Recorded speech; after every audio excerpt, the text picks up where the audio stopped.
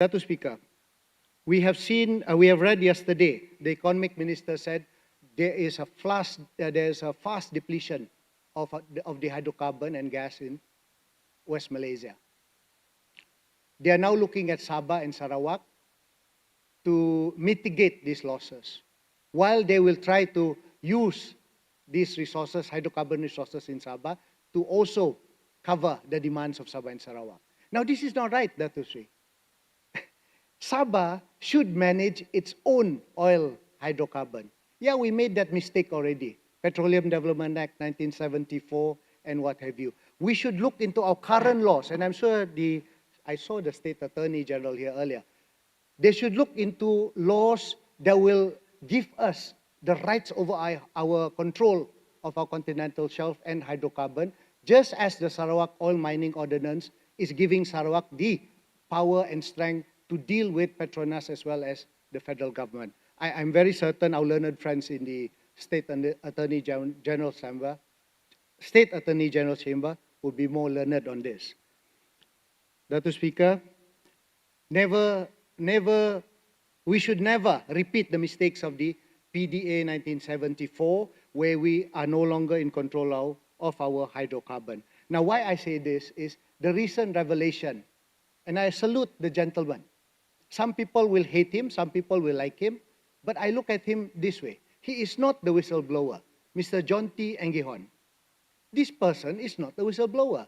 He is telling everyone that there was something wrong in the way they manage our minerals in Sabah.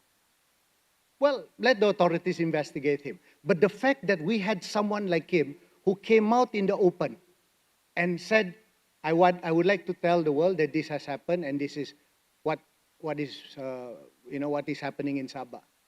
I resonate with him in a sense that there are a lot of civil servants who went to see me. Have you met him? I don't even know him. Okay. I'm only basing on news. I would like to know him. If you do know him, please introduce him to me. I don't know him either.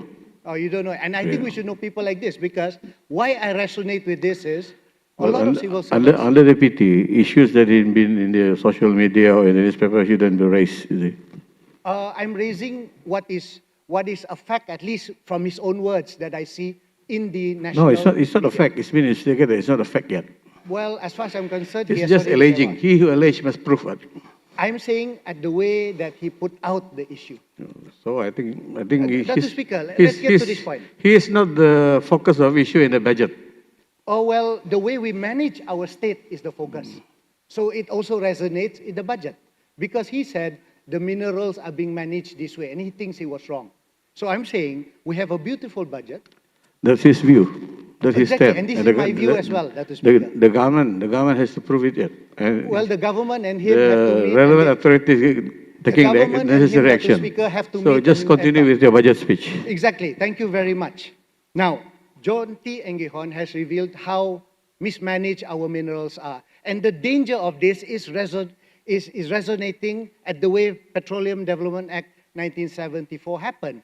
Every Sabahan is saying, rugi, kita menyesal telah mendatangani ataupun we had endorsed and ratified PDA 1974. It is now under the hands of another body that is distinct and not part of Sabah, which is Petronas. Now, here, we are giving out to companies that we have no knowledge of, we don't know who they are. We are giving them prospecting license. What I suggest to the government is this. If they want to make things clear and if there's really nothing to hide, reveal all the companies that has gotten this, that has been awarded with this prospecting license, so that we will know who they are. These are the assets of Sabah. These are the future of Sabah. And we are letting people manage our assets with so many dubious happenings behind the scene. Thank you, Datu Speaker. Terima kasih. Welcome, Deputy Speaker. Now, this Kautim culture, this is dangerous. And this has always loomed on the people of Sabah. The Kautim culture, or the culture you help me, I help you, you help me. We have to stop this culture by being transparent. There is a quote that really, makes this very clear. It says, the worst disease in the world today is corruption. And there is only one cure, and that is transparency. Transparency, I suggest to the government, is to put out all these prospecting license holder. Who are these companies? Are they Sabahans? Are they able to manage our minerals? And what is the terms between them and the Sabah the Sabah Minerals Management GLC of Sabah and the government? We should be able to have access so that we will no longer fall into the trappings of similar to PDA 1974, where we are no longer in control of our own hydrocarbon.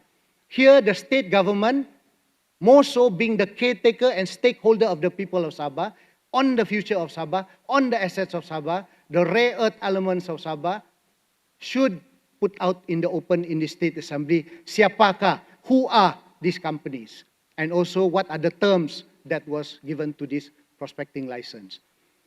As for corruption, we all know it exists, and I hope that the government, as well as what the Prime Minister, PMX, has said, he is against corruption. So really, make this happen. And through the State Assembly, the federal government, through its MACC agency, should immediately act on what they see and what they've heard.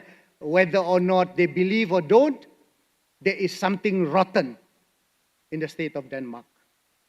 There is something rotten in the state of Sabah. Datu Speaker, like I said, the budget, yeah, fine and good. It sounds like an election budget, but it's far from the reality on ground. Please.